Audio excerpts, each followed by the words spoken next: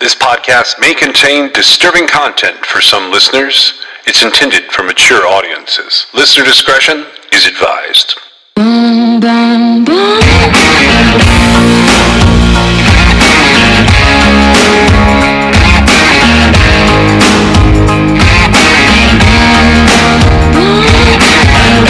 This is True Crime XS.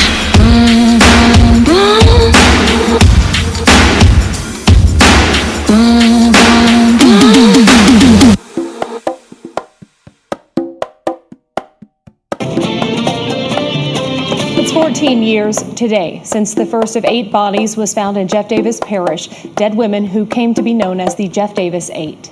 KPLC's Teresa Schmidt updates the case that has intrigued so many, not just in Louisiana, but nationally and even overseas. The mysteries surrounding the women who would eventually be called the Jeff Davis 8 started in 2005. May 20th of that year, a fisherman discovered the body of Loretta Chesson Lewis in a canal off Highway 1126. Her body was too decomposed to determine a cause of death. Authorities said drugs and alcohol were in her system.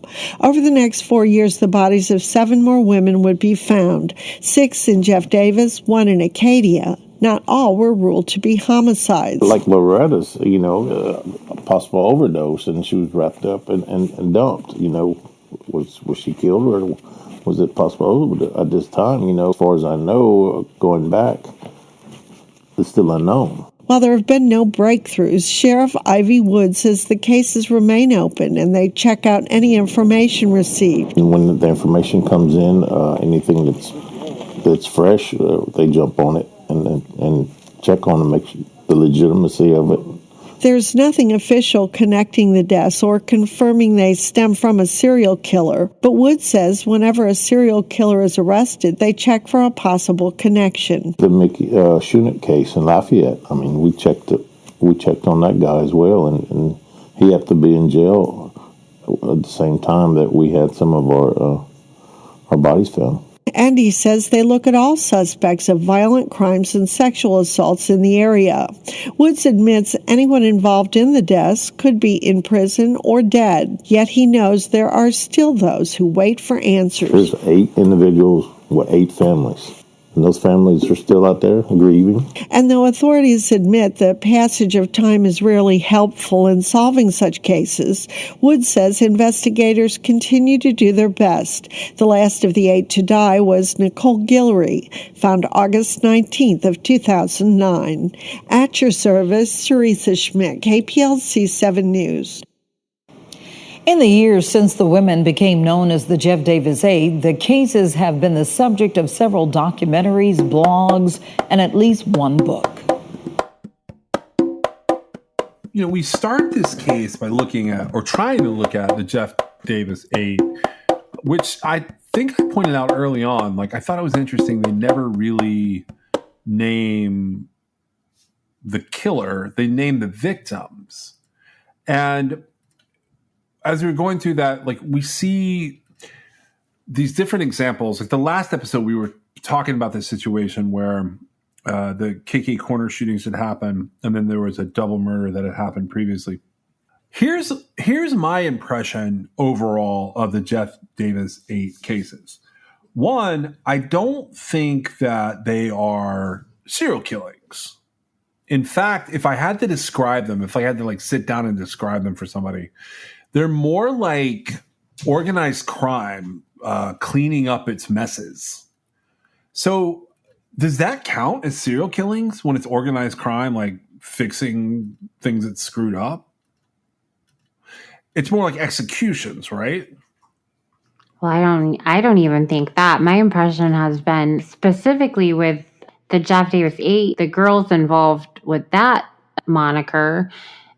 I have thought, I think 2 of them are probably homicide. No, 3 of them are probably homicides. And the others, I honestly felt like their bodies were dumped after they died. And they died in a way that was probably an accidental overdose type situation.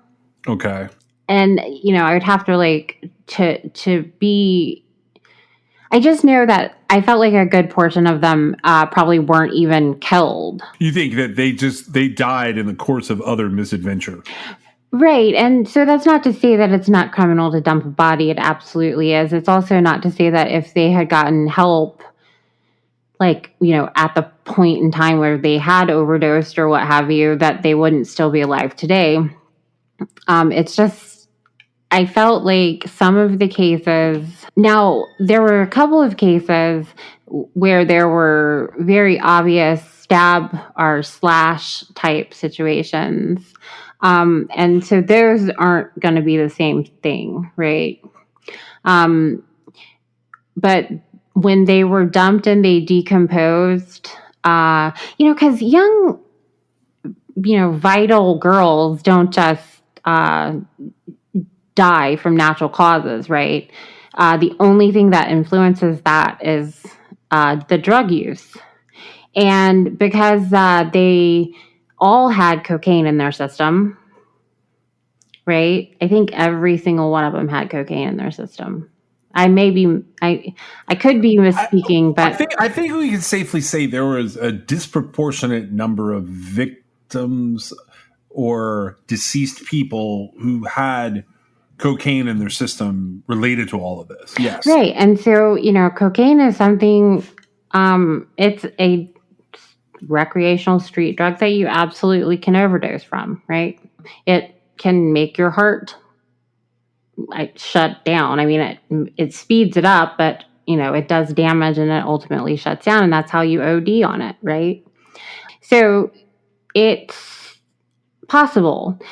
And then there's other things that come into play as far as when you're partying, which it's so ironic to me because when people talk about partying and they're talking about doing drugs, like literally they're all just sitting there like, high as kites and there's no partying happening except in their brain. On the inside. Yeah.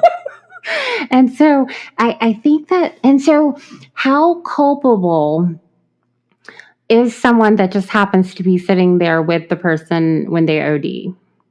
Well, that's this is where we're getting to a point where the criminal justice system is really struggling with this problem. There are a number of ways.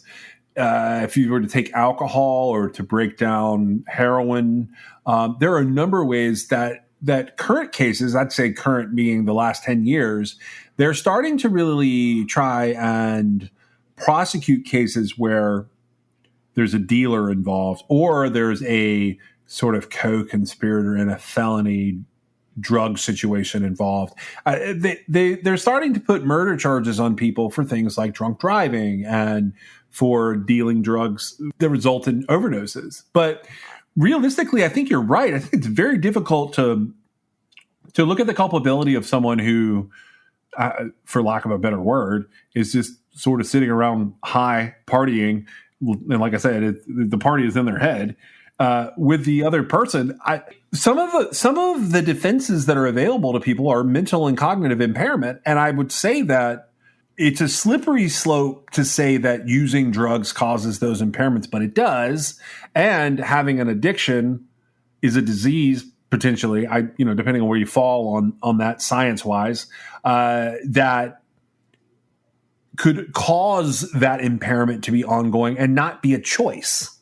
That's the hard part is like the court wants to say these people are making choices that put them in this situation. And that's meaning the victim and the people that they're charging, because if the victim is deceased, they're charging the dealer, the person who dumped the body, the person who was sitting in the room at the time, the person who was the courier for the dealer or whatever. And I think that right there is a lot of the reason why you get these body dumps. Yeah, like people. So you're absolutely right. We go from these other odd situations, and we're talking about way less than we've looked at. But you go from these situations where you have small communities of certain numbers of thousands of people on the smaller side of a population, where you have a cluster of crimes. And what we've discovered is it's less serial killer, more broken windows. Like if you've got crime in the area, particularly the drug trade, you have more of these situations where the body dumps don't necessarily indicate a murder. And that gets weird for me because some of these cases, I can't tell the difference in the organized crime. And it's, I think when people hear that, they think like the mob and mafias, and I've even talked about the Dixie Mafia, but really it's just the local loose-knit organized crime. And I can't tell the difference in every case between the organized crime, the people who are the customers of organized crime, and the people who are supposed to be catching the organized crime. So in this particular situation, Jefferson Davis 8, they are a disproportionate number of unsolved homicides for this small area, right? And so there's not a large community population. It is a small place. A lot of people know a lot of people. What role would it serve organized crime, whatever it ends up being, right?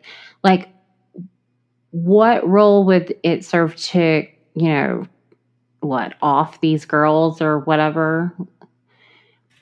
Well, I don't know that so you said a disproportionate number of unsolved homicides in an area. I think that kind of contradicts our own semantics in a way, because I think we've been arguing that some of these aren't homicides. These are just unsolved or That's true. I did contradict myself, but let's say just unsolved cases. Okay, unsolved cases is good enough. Deceased people, we've got bodies laying around, and we don't have anyone to blame it on. I think the only thing that some of these cases where it's more clearly a homicide, that the benefit to organized crime can be if these people were snitching. But the problem is, I feel like law enforcement is either actively involved in some of these cases or blissfully aware of these cases and choosing to be ignorant. Right. And another thing that sort of came up in my looking into these cases, these girls weren't given a whole lot of credibility. And so what I mean by that is, let's say that, they did threaten to snitch or whatever. They weren't readily believed. And like you said, law enforcement was, I don't want to say that I don't think all of them were involved. I just think that there was, wiggle room there as far as, not necessarily getting in trouble for some of this stuff. And so I don't know that it would have made a huge difference. I do think that, what the dynamic I've sort of seen is across the cases, you've got girls that they're addicted to drugs. In a way, it's not just like I want to go be high. It's a way that I feel like their brains have said, if you don't go get high, we're not doing anything else. Like, it's that kind of an addictive situation. Their right? day-to-day functioning is dependent on their drug use. Right. And so, that's something I know I've never experienced that. I don't even think I know anybody personally who's experienced that. But if you think it, so, don't think of it as just, the partying drug abuser, right? This is past that point, to the point where, these girls have to have it. And so you think about when in that desperate moment where they've got to have drugs, like, what are they willing to do? What are they willing to tolerate? Right. And I think that that's where you get into situations where, they end up doing too much and they overdose, or they're in a situation with somebody that's not nice. And like in the cases where at least two of them had stab marks or slash marks, I would say that there was some sort of falling out and it was a snapped type situation, right? Where there was some sort of altercation that ended badly for the girl involved. And I think that the drug addiction is sort of the catalyst there, because without that uncontrollable need to be high, like they wouldn't have tolerated that stuff. Like normal human beings wouldn't tolerate that from other people without that element. We're talking about the Heidi Plank thing. She stood out to me too because I don't think if anyone knew anything about her, she doesn't make a credible witness. So enough has been filed down about her that I don't think she's a threat to any kind of fraud or financial crimes or anything like that. And that was one of the reasons I ruled that out. Did you ever see the movie The Town with Ben Affleck? I don't think so. It's a pretty interesting story, but there's a character in that movie.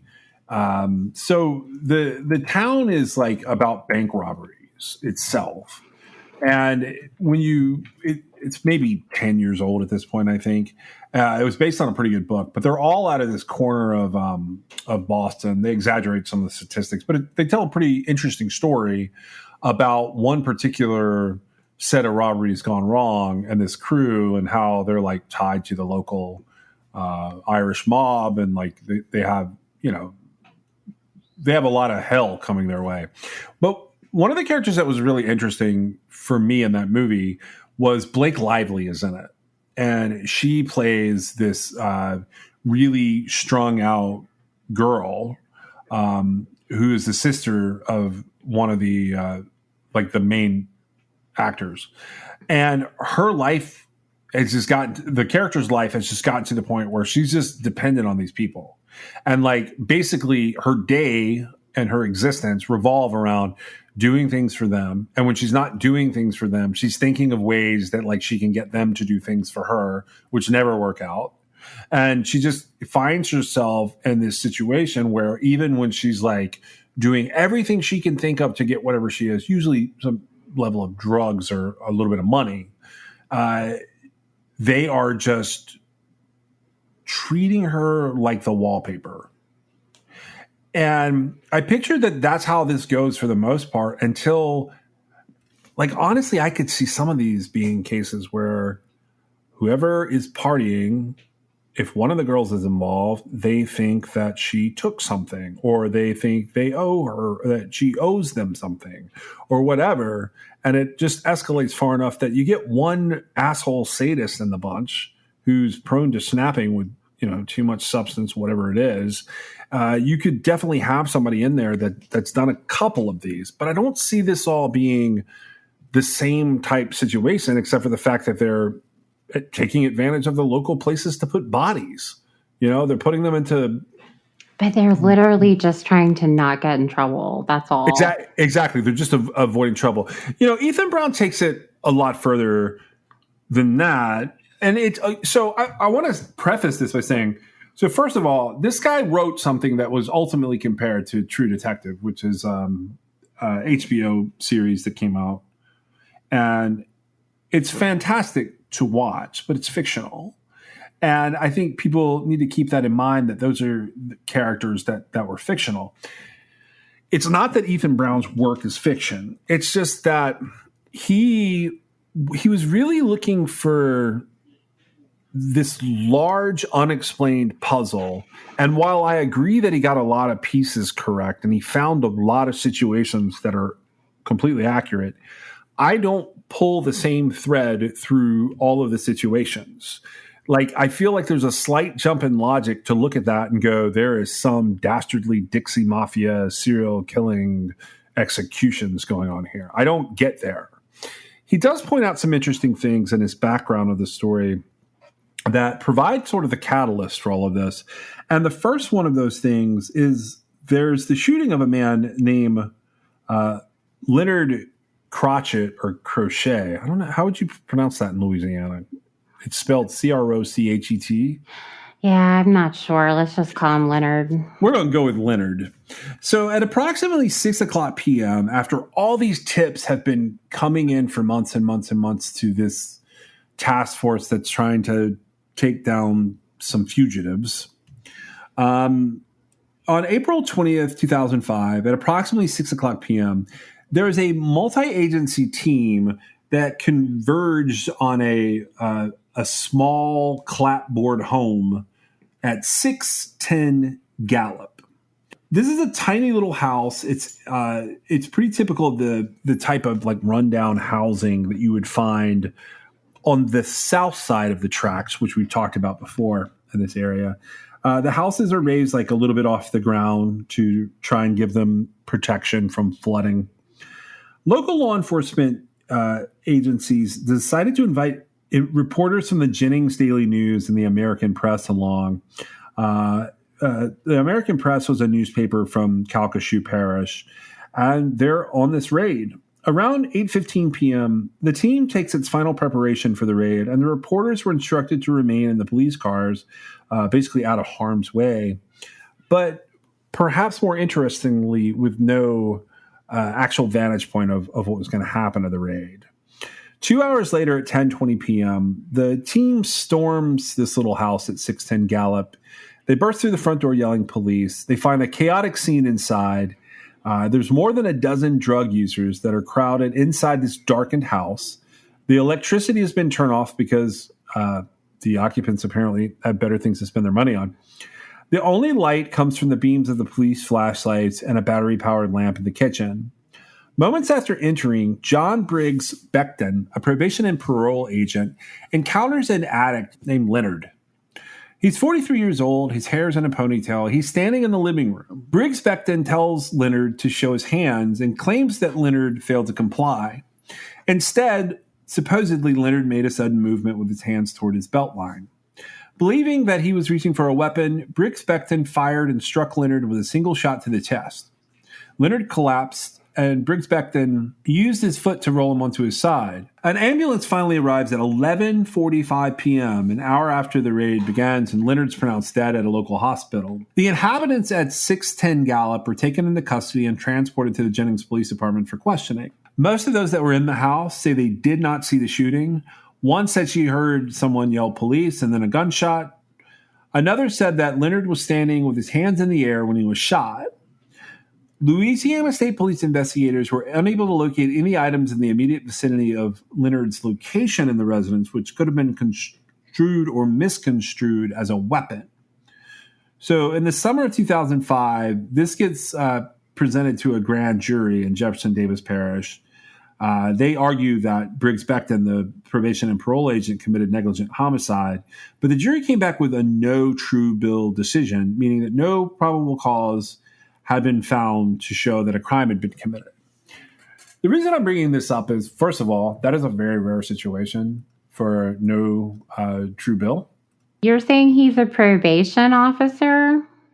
Yeah, so he's part of a fugitive task force. Actually, I don't think it's that odd. I think the majority of cases involving law enforcement that go before grand juries come back without any indictment. Under the guise of talking about there being sort of a blurry line between law enforcement and organized crime, I think there's even a blurrier line between law enforcement and responsibility for situations like this that are questionable. It's not an obvious situation that like someone has committed a crime. It's more like we weren't there, we don't know, they have to react in the heat of the moment type situation.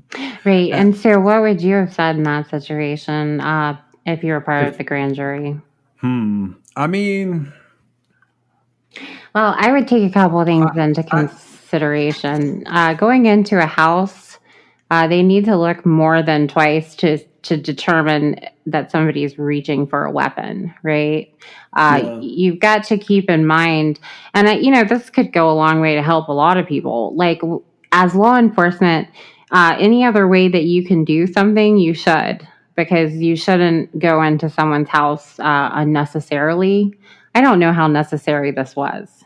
There's a part of me that thinks like some of these situations I would probably vote to indict. I would vote to indict the guy simply because there are several witness. Now, there's lots of witness statements. And, one of the Jeff Davis 8 victims was at the house when this occurred. You know that, right? Yeah. Christian Yeah. Barry Lopez. Okay. Yeah. So she was at the house. And so it's sort of like this vague way of sort of drawing the Jeff Davis 8 and some of the other like odd occurrences sort of together, right? I don't feel like it's that odd that, this was a drug house. This was somewhere that people went and they were partying, right? That's my impression. And by partying, I mean they were all sitting there high, right? And so there was witness statements indicating that he had his hands in the air, like I know you read off there. And so there's just too much conflict as far as like what happened. I don't feel like it would have been that up in the air. And you can't like sort of ride both sides here. I feel like if, depending on what their point of the raid was, right? Like, do you know what it was? It was based on a tip they were going in for a fugitive roundup. Otherwise, they wouldn't have had probation and parole there. Okay, but so to me, that doesn't seem... Well, I guess if the person who owned the house was on parole, they could go in. I don't feel like the officer probably meant to kill him, but I feel like the intensity of a situation where you've got a person like having this conflict, right? Basically, law enforcement going into a house where there's people and then having there be a conflict that's going to have to be resolved, which would be, we're law enforcement, y'all are breaking the law, right? I feel like the tension is probably what caused that shooting, as opposed to any feeling of threat or anything like that. Leonard is somebody who's known to the local police at this point. There was an incident where he said that he had been harassed by local law enforcement, including the officer who shot him. And he told, in the report, he said that it's based on this incident at a Waffle House a little bit earlier than this particular raid, where he said that he felt like they were going to kill him, and they do end up killing him. So it's a little prescient, but he's also behaving in a way, because like some of the people in that house were either the people behind the tips or the people in the house were wanted on some interesting charges like armed robbery and different levels of drug dealing and being a fugitive for not showing up in other instances. Right, which is what I would argue that's exactly why they shouldn't have done what they did. The people would be coming out of the house at some point, and as soon as the four walls aren't there anymore, like that tension isn't as concentrated. Yeah, I agree with that part of what you're saying more than anything else, because I think that when you create your own exigency, you shouldn't be really confused at the outcome. Like, and if you are brand new, you shouldn't be running point or in a position where you can shoot someone. And this guy doesn't seem to be brand new. He just seems to be bad at raids. It's just sort of an accumulation of my observations and my experiences in life. And, everybody has their own opinion. But I really think that it's completely fine just to let them sit there and be high. And then as they leave, you could be set up around the corner to, pull them over and arrest them if they've got outstanding warrants. That kind of situation. That is a way better idea than police going in. If there was a small child that had been kidnapped and was in the house, I could understand that kind of raid. But other than that, like, I don't really see it, and it kind of lends to my point. It didn't accomplish anything except got a man killed. Yeah, they didn't really come up with a whole lot of charges out of that raid. They didn't come up with a whole lot of contraband that was worth anything. It's actually, like, just looking at it, it's a pretty annoying situation, because I don't feel like... So I agree with you from the perspective that in this situation, there should not have been a raid at all. I don't think there should have been. And, so how much does that lend to... I don't think the fact that Kristen Gary Lopez was there had anything to do with the fact that she ended up dead, any more so than just her general lifestyle led her to be at that house when Leonard ended up dead, right? I don't feel like there was any sort of...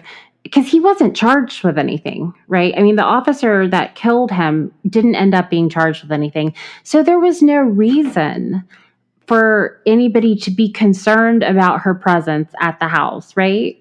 And while there is that link, and it is like really crazy that happened, this is a small area. And so you're going to find those links, especially when you start looking for them. Here's where I segue sort of out of this, and I start my real wrap up for the Jeff Davis 8. one of the things that was interesting about Leonard's death is it's right before the Jeff Davis 8 bodies start appearing. It's right around the same time. I was gonna say, isn't it like July of 2005, maybe? I think that's when it's July of 2005 is when the raid happens and Leonard dies. Go ahead. That's right in between Loretta and... I was more referencing that it's the same year and sort of the same timeline. It is right around the same time. You're right. So this is like happening sort of at the beginning of the body discoveries related to the Jeff Davis 8. That might be the best way to put it. Ethan Brown goes on to sort of wrap all of this up, and he looks at it like there's an ongoing criminal enterprise happening here, sort of. I think what we're witnessing is a cleanup, and I don't mean that in a negative way. I mean a department that's experienced some corruption is starting to try and get its shit together. Because like, there's nothing I hate more than a police department that is dealing drugs and also arresting drug dealers. While we don't see a lot of the proof that something was going on in the 90s and into the early 2000s on I-10, we do see at least the seizures happening of money. And that indicates there's a level of corruption. It doesn't necessarily indicate that the drugs thing is happening, but I think there's too many reports about too many officers taking drugs and turning them, with dope on the table being, cash in the streets. I think that what you're seeing here and why some of the stuff that happened before the Jeff Davis 8 bodies were discovered, or around that time in 2005 on, I think the department is trying to get a grip on itself. And I think they're trying to retire. Like, they're trying to do it in a way that's sane. The other thing is, like, I think there's this mentality from TV shows and movies where people go, oh, well, if you got a dirty department, just clean it up. It doesn't really work that way. And the other side of that is, well, come in there and like you take out all the trash. Well, when you do that, like sometimes the whole department is kind of trash in a way. It's all connected, but you could salvage pieces of the infrastructure for the next era, so to speak, if you get rid of the rottenest apples first, because it would be really weird to try and suddenly repopulate an entire police or sheriff's department in like a whole area of Louisiana. I know it's a small population, but you're not looking for bedlam to lay down there. I think everything you said is right, but I also think that from my observations of this area and the situations that were going on, I think that if you said to, let's say, just a random officer, law enforcement officer, if you said, like, do you realize that by taking the drugs from the drug dealer, taking the drug dealer into custody, and then turning around and selling them back to, the people who, want to buy them, do you realize that, like, you should really be put in jail just like the drug dealer is? Like, I think they would look at you with a blank stare. Yeah, it's so weird to have these conversations with people, but I have. And so it's not just that part of it. The blank stare is absolutely true.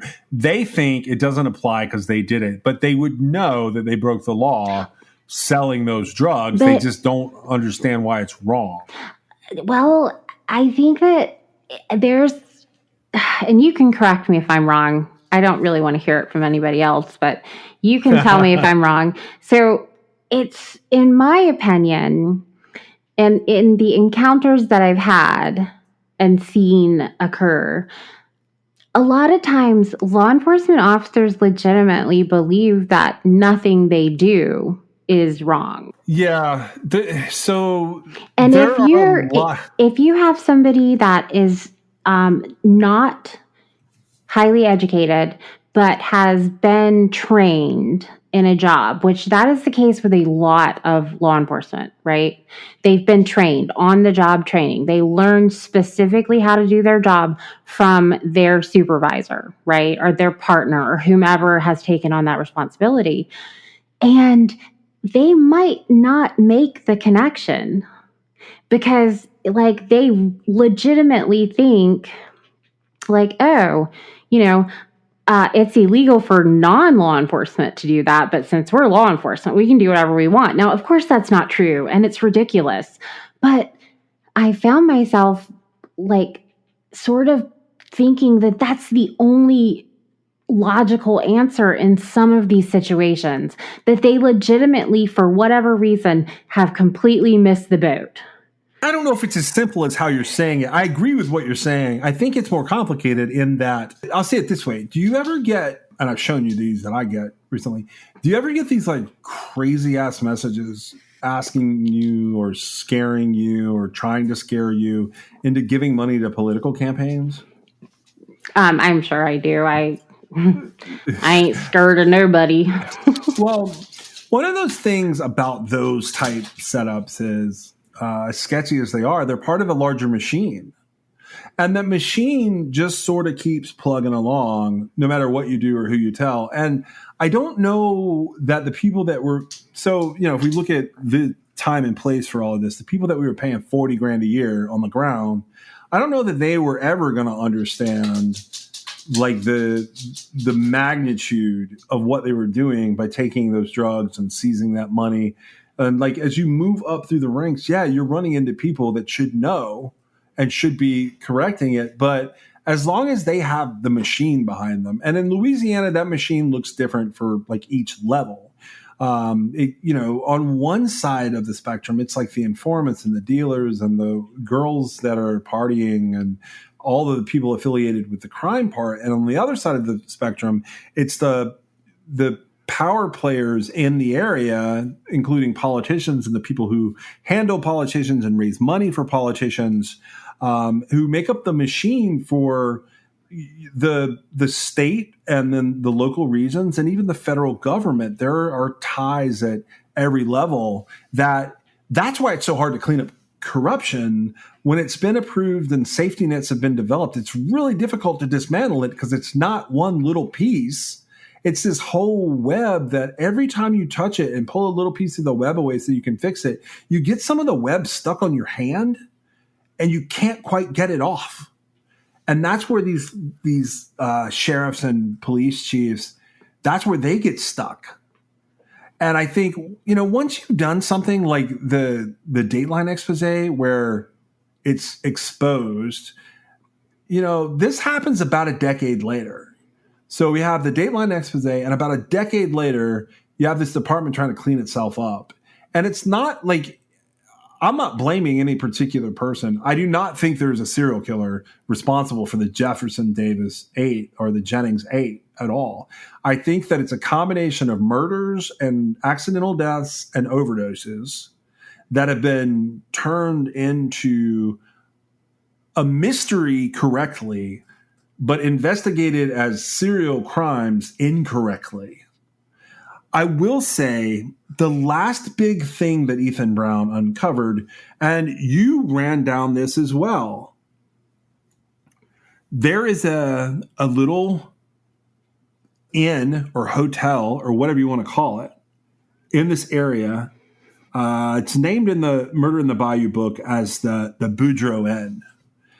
And Brown was able to attach a politician's handler to, was it ownership of this inn? Yes. And so we were able to he found, and you can kind of see in news reports, that there was a reason for power players and these girls and the people who would have been providing drugs to sort of have all been confluencing at this inn, right? That's the impression that's given, yes. It's interesting to me because this would tie into like a congressman, basically, but not necessarily directly, if I understand the... Well, the implication was that it was a direct connection. And so what he was saying there, in my opinion, he was saying that there were interests being protected and these girls' murders not being solved. And those interests directly had to do with the fact that one of the politician's handlers owned the Boudreaux Inn, and the level of like what happened at the Boudreaux Inn was like basically there were always sex workers working there, and it was known and ignored, right? And ignored by law enforcement, like they wouldn't get arrested. And what they tried to put out there was that the political associate of the owner of the Boudreaux Inn had been at the hotel, and the implication was that he was seeing prostitutes, right? Right. But it actually, there wasn't like a whole lot to grab there. It was perhaps he had been there in the banquet hall one day, and it went a little further, and now, okay, so the owner of the hotel, he has a weird reaction when Ethan Brown talks to him. And his reaction doesn't do him, it makes him look guilty, right? Because I agree. Yeah, it does make him look like he's up to something. And so he lost his association with the politician over this whole situation, right? Because the politician says, I was unaware of the association and the implications of the association. And it's a really salacious, it's a story that you want to hear about. Like, it's just something to grab onto. But I don't know how much was actually like a thing versus a set of circumstances lining up.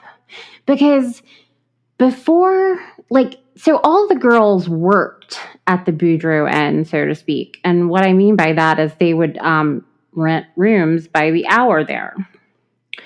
That's according to information that's been released. Not all of them, but a lot of them. A lot of the 8 girls did. And so it was thought that the owner having a connection to the politician that put the kibosh on the cases being solved, right? Is that your general understanding? Yes. And it just... That's the implication. Right. But that's why it's being brought up at all, basically. But here's the thing. It is salacious, and it is something that, it sells stories because it's really interesting and it's got teeth.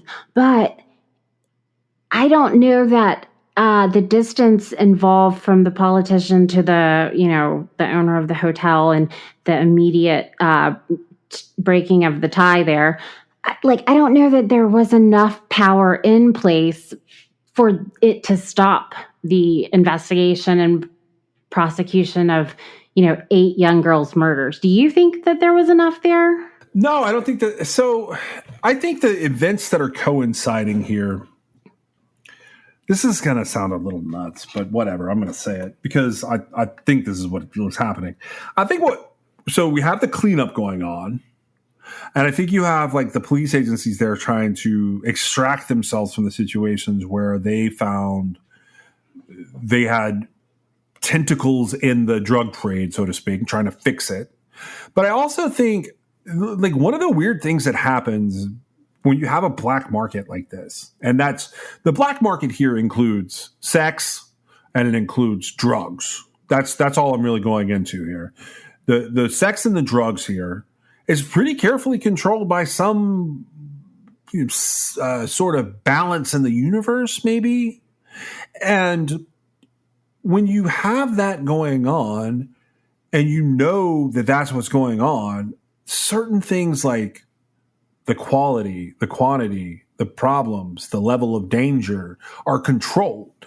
So why rock that apple cart in some ways? It really wouldn't make a whole lot of sense to. And that goes for everybody involved. So that's your power players. Do you think that the rocking would be done by disposing of bodies or by not disposing of them? The rocking would be done by bodies found in place or bodies never found. if you were doing it that way. But I don't think that's what this is. So first of all, I think with the couple of murders you see, I think maybe you had like low-level power players jockeying for positions that they basically already had with people close to them. So here's how that would work. Drug dealer and assistant drug dealer. Assistant drug dealer talks party girl 1 into squealing on drug dealer so that assistant drug dealer can become drug dealer. But drug dealer finds out about it, and then what we see is him getting the information out of party girl 1, who he snaps on, didn't necessarily want to kill her, but ends up that way. Because these are feisty girls who have been living on the streets and are pretty savvy.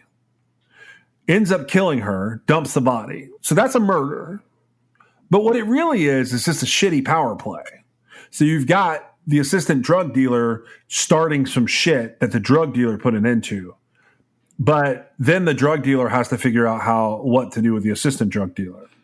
So I think we're seeing some of that. But as far as like, are there politicians involved in this? I'll just go ahead and say that I think the politicians sort of in the scope of their careers had some people that were there to sort of be fixers that are attached to this shit. But I don't think the politicians are attached to it.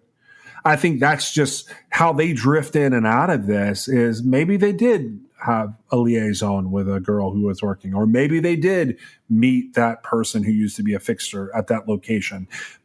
Like I see it. I understand on paper. The problem I have is like if I look at the picture that's being pitched to me, do you remember those things where when you looked at them in the 90s, it was like just triangles, but if you squinted your eyes just right and stared at it and focused, it was a wolf howling at the moon? Yeah, the 3D art. Yeah. Yeah, it's like that for me. This is a 3D art puzzle. And I totally get that you put all the puzzle pieces together, meaning these different reporters and journalists and now documentary makers, they put all these puzzle pieces together. But me personally, I only see the triangles. I see the full picture. I know it's triangles. I just don't see a wolf howling at the moon back there. And that's not to say that I'm right and they're wrong, or they're right and I'm wrong, or anything.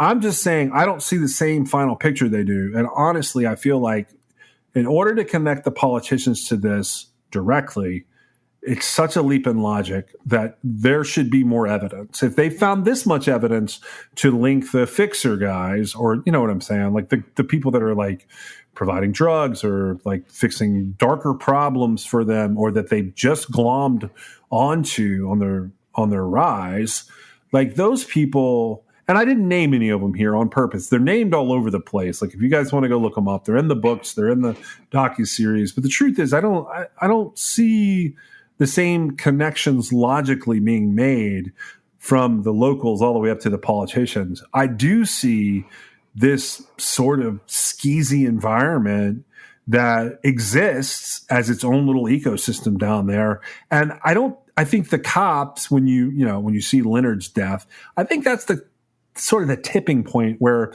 you've got good cops in there, or some good cops in there. And what they're really trying to do is be good cops. But it looks shitty because this area has existed in this ecosystem for so long, and everybody's been mutually parasitic of each other with the different ways that it pretty clearly has been done, even if you just count where we started, which is the civil asset forfeiture. If you just start there, and the cops don't do anything more than that, although I believe that some of the police involved were selling drugs that they were also seizing. And the FBI gets involved in here, and they refuse to comment back to Ethan Brown, which tells me we may see more out of this at some point in the future. Maybe one of those fixers or those guys does end up arrested. What amazes me about this situation is pretty much everybody ends up dead, all the lower level players. Did you notice that? Yeah, they do. And that's why I think that's been detrimental to eventually getting this stuff solved, is because a lot of people do end up dead. And, that makes it really hard when your witnesses are dying off. Your case is never going to be made. The case is never going to be made. No, and you can go listen to it's Murder in the Bayou on is it on ID or Discovery Plus or something? I believe it's on Showtime. Oh, is that the Showtime one? Okay, so you can go find on pretty much any of the true crime streaming stuff, and apparently Showtime. You can find like some pretty good stories to listen to and to watch about the Jeff Davis 8. But this is what I would encourage people to do. I would say when you watch it all, if you shift the focus just a little bit, do you see a spaceship taking off instead of a wolf howling at the moon? Because maybe like that is what is possible to do with those triangle pictures. Like when you look at it puzzle wise, like, yeah, there's like a lot of stuff going on here for a small area. There are definitely people that use drugs and definitely people that have died. But like realistically, you don't have a serial, you don't have somebody like a Ted Bundy down there at all. You don't have like anybody that you can think of that really lines up as a good serial killer suspect. You might have a couple of killers in the lower levels and sort of the lower parts of the cast that are taking place, this caste system that's set up for the black market in that area. But I didn't see anything more than that. Did you? No, I honestly, once you get past the victims collective moniker, nothing indicates that they're victims of a serial killer. Nothing. Yeah, that's where I fell. And that's even if I loosen up my serial killer definition. If I loosen it as far as like an enforcer for the local drug trade, I still don't see it. It's just not a thing. I can't imagine the logic behind the irony that, so much weight is put on their lifestyle and, their disposability, but then they want to make it seem like these, low life living, I don't know how they say it, they put them down for it, and that, they are disposable, and yet they were important enough that somebody killed them. Which is it, right? And I'm not saying that. I'm not saying nobody's disposable. None of these girls were disposable. But I'm just saying in their own argument, they're kind of chasing their tail there because, like, which is it, right? There's an interview that's done with the last victim, I believe, Nicole Guillory. And she is talking while she's in jail, and she gives off an impression of some of the stuff that was happening with her, and she really ties sort of a lot of the connections together as far as law enforcement goes, because she says that basically being in jail is no different than being on the street. And so that one part led me to wonder, like, well, is that to say that the guards are just like, the pimps or whatever? I don't know how to refer to these people, but do you see what I'm saying? Yeah, I kind of soft shoot that part of things here because it's hammered home in a lot of the other media about this. There's definitely some indications that a person or two was into some pretty sick stuff and was trading favors. And, I have a really hard time treating these girls where I'm talking about this overarching story that keeps getting played. I feel like I'm a hypocrite just covering the story, but I really wanted to because it was part of the Louisiana cases. And also because I wanted to know if I was missing something when I read all of this. I get confused at how this continues to get coverage. And I'm not knocking like Ethan Brown or even the Rolling Stone coverage of this back, 5 years ago. That stuff was pretty amazing and pretty illuminating. I didn't agree with all the conclusions, but the biggest part of this is you call them the Jeff Davis 8 or the Jennings 8 or whatever. The ripple effect of those 8 tragedies is palpable in all of this media, and I get a pretty bad feeling just in how they're treated. And I know some of these people some of these relatives and sort of secondary victims and victims themselves that survive, these people choose to sort of stay in the limelight because it's what they're able to sort of glom onto. But these stories where these people die like this are so incredibly tragic to me, because each one of them and each one of their deaths was 100% preventable for different reasons in each case. And those are the hardest, like, other than children, the lives lost like this, those are the hardest ones for me to really wrap my head around what happened to them. Well, and I would go like one step further, and I would say, yes, they were 100% preventable. But let's say, they had to happen. They're 100% solvable. Yeah, that part, and I'd never really come to a final conclusion, I guess, on this. When I look at the task force, I am really disappointed with what was happening there. And it feels like part of the old machine was at work, because whatever was going on with the task force that came up with the arrests, and there were multiple arrests in the Jeff Davis 8 cases where there were people that were briefly charged. I think the task force was absolute bullshit and a waste of taxpayers' money. And I cannot figure out why. I think that's a given, don't you? I mean, that was, yeah. I just don't understand why there were 14 federal, state, and local law enforcement agencies investigating this as serial killings. I think it was from December 2008 on. This is when it first got like New York Times coverage. I cannot for the life of me figure out why that happened. And, there, like, even if you just go on the wiki page, you'll see that, like, from the jump, there's like some ties to law enforcement that are really hard to shake. That at one point, they made all of the investigators working the case get swabbed for DNA.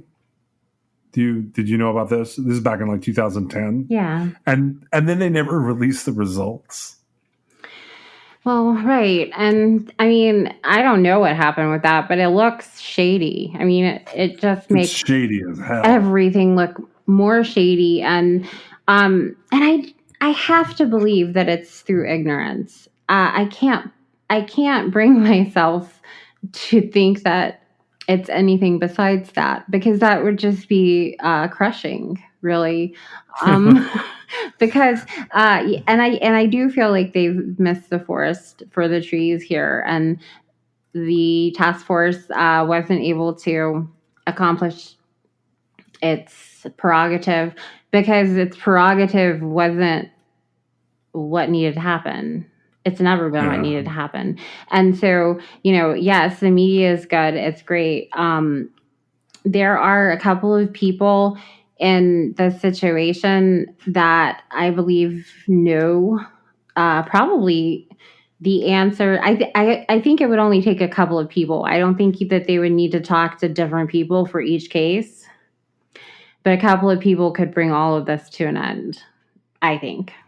The speculation, you mean, or the lack of solvedness? I think that a couple people know what actually happened, whether they witnessed it or they just know from, hearsay or whatever. I think people know what happened to every one of these girls. Yeah, it's just a matter of fear, and the fear being that something could happen to them in some situations, or the fear being they would get in trouble in others. That's really the reason this case and when you have situations and you're dealing with the people that it seems like you're going to end up dealing with when you're confronting, the actual, whether it was the murder or the disposal, it's scary because they're people who have nothing to lose. I mean, I think that's come across as pretty clear. And, while we've talked about power in several episodes and people in power and how that affects, positions in the criminal justice system, both positive and negatively. This is a good sort of example of, these people really don't have any power except that they have bestowed upon themselves in their role as whatever they consider themselves there in their community. But they have nothing to lose. And sometimes people with nothing to lose can be even more dangerous than people who have gobs of power. That's all I got on Jeff Davis 8. You have anything else for the wrap up? No, that's good. I really was surprised at how little I knew about this case till I started digging into it. And I was surprised that there was not even a chance this was a serial predator of any kind. They're not. It's not. I mean, they're all related, sort of, but not really. I as soon as I saw it, I was like, there's even the first two that are close together time wise, they don't match. They wouldn't be the same person. It's so weird because I don't know what anybody was thinking. I don't either. I can't figure out how they got a task force out of this. I was looking at it and I was I never saw a justification for the task force. It seems to be purely a response to the media. And they do a lot of that down there. There's a lot of things that happen in Louisiana that are basically just pandering to the mainstream media. Because it goes back all the way to that Dateline thing. They were like, why did you guys do that to us? And I was looking at it going, they didn't do anything to you. They literally just covered some crazy shit that happened that they had heard about. And when they got there, it happened. Thank you for joining us. We are sponsored by LabRottiCreations.com. You can check them out at LabRottiCreations.com, and you can still use the code CRIMEXS for a fun pop pet portrait of your own pet. You can also reach us on Twitter, Instagram at TrueCrimeXS, or you can give us a call if you know anything about any of the cases that we're talking about at 252-365-5593. You can also reach us at Gmail at truecrimexs@gmail.com, and you can check out our website at www.truecrimexs.com. We'll see you next time.